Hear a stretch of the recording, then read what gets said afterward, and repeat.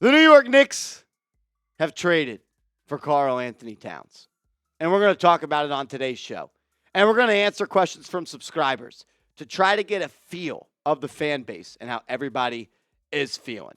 If you did miss our live show, that stinks because over 25,000 people tuned in and you should have been there. And the way you can make sure you don't miss it is subscribing and turn your notifications on. So let's all take 1 second, hit that big red button and turn your notifications on. Let's do it right now.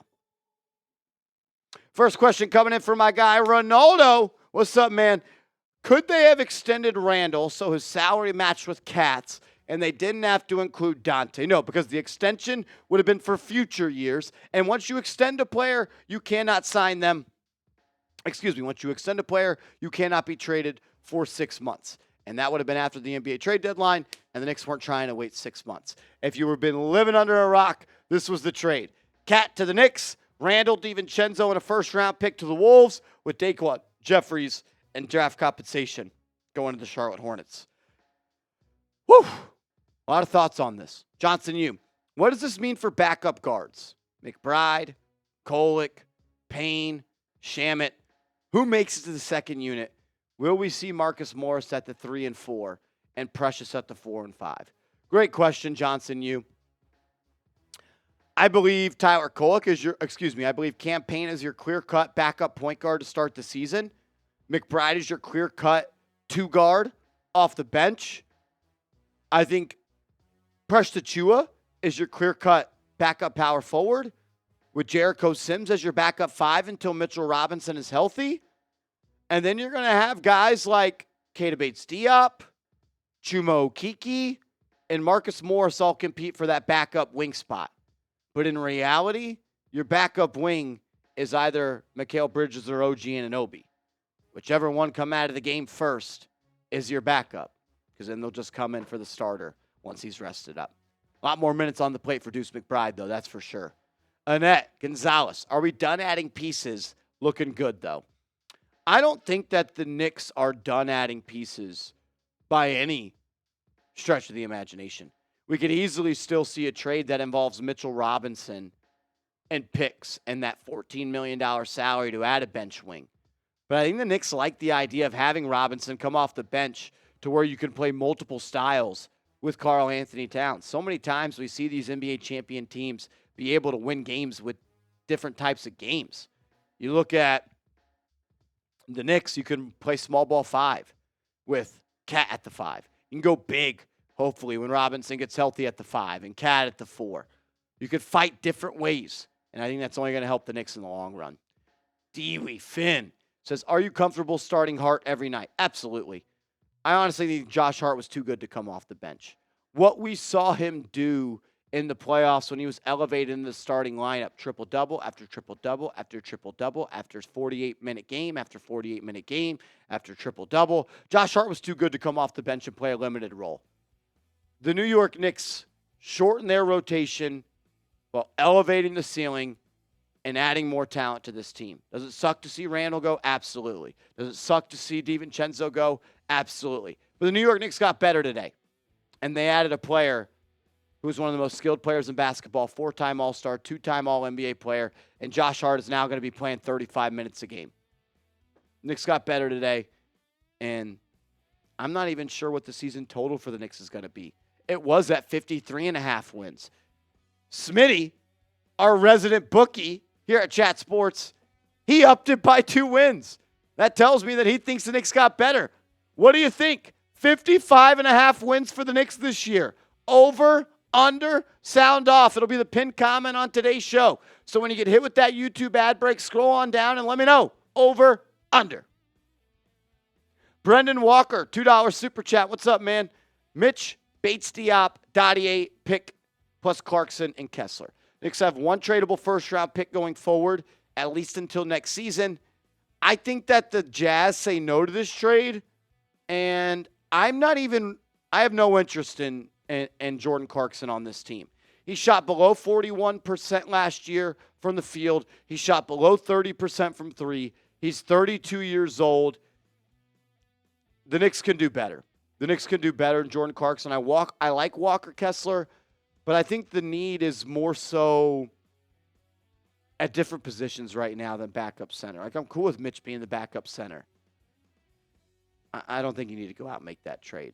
Johnson, he's a good three-point shooter. You think Tibbs will hinder him by putting him straight in the paint? I don't. I think the Knicks made this trade for a multitude of reasons, and one of those is for the offensive dynamic that he will bring to this team. Spreading the floor, being able to play 5 out, pick and pop, catch and shoot. Karl Anthony Towns shot 42% on catch and shoot threes last year. Brunson shot above 40. Bridges shot above 40. OG shot above 40. You've got 4 guys that knocked down more than 40% of their catch and shoot threes last year. The ball movement, the player movement, the team chemistry, and the shot making is going to be at an all-time high. They added Karl Anthony Towns because of what he does on the floor. I don't think they're going to restrict him at all to being a paint player. Let that piece fly, Cat. Let's go, Sir Purr. Jaden Rossi, ideal playoff fourth quarter lineup when everyone healthy.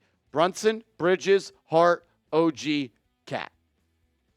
Off the bench, Campaign, Miles McBride, Mitchell Robinson, Precious. And then maybe you make a trade for a wing. Maybe you sign a wing in the buyout market. Maybe it's Keita Bates-Diop. Maybe it's Chuma Okeke. Maybe it's someone else. But you arguably got the best starting 5 in the league. And you could have a bench unit that features Robinson, Achua, Campaign, and Miles McBride. I'll go to war with those 9 any day of the week. Kenya! King Kenya! What's up, homie? Should we be concerned with the Knicks bench? I don't think so. You got a veteran point guard in Campaign.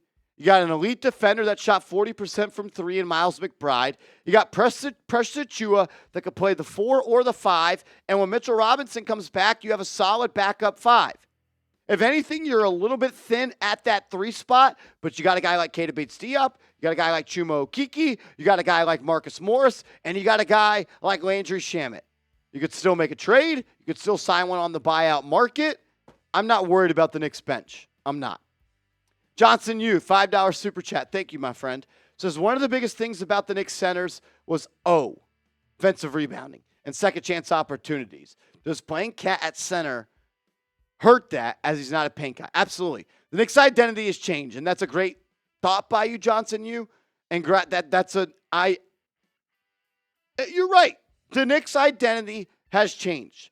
The Knicks the past couple of years have been rough and rugged. They've been tough. They've dominated the boards. They've created second chance opportunities. They've found a way to rig the offensive rating for this ball club. And now that you don't have a guy in the starting lineup at the center that's going to dominate the glass, whether it be Robinson and or Hartenstein, and you add in the Cat, you've changed from going from a team of defense, rebounding, second chance opportunities to skill, to we're better than you. You can't guard us. And what has been the one knock on Tom Thibodeau? He can't generate offense. He can't coach offense. So what do? You give him a 5-out lineup. You give him more offensive firepower than he's ever had before and says, now coach him up on defense, coach him up on the little things, and let the talent overtake late in games. Brunson, Hart, Bridges, OG, and Cat. 40% from 3 in Brunson, 40% from 3 in Bridges, 40% from 3 in OG, 40% from Cat. Your worst three-point shooter is Josh Hart, and I will always take Josh Hart at the end of the shot clock in a playoff game from 3. We've seen it so many times. This team's special. This team is special. Does it suck losing DiVincenzo? Absolutely. Does it suck having to move on from Randle? It does.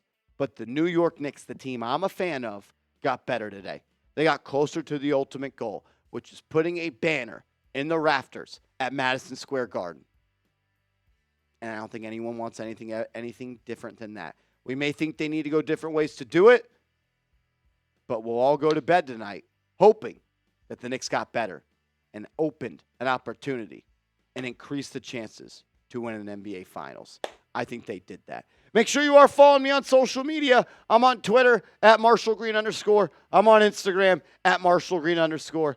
Hit me up over there and let's go Knicks!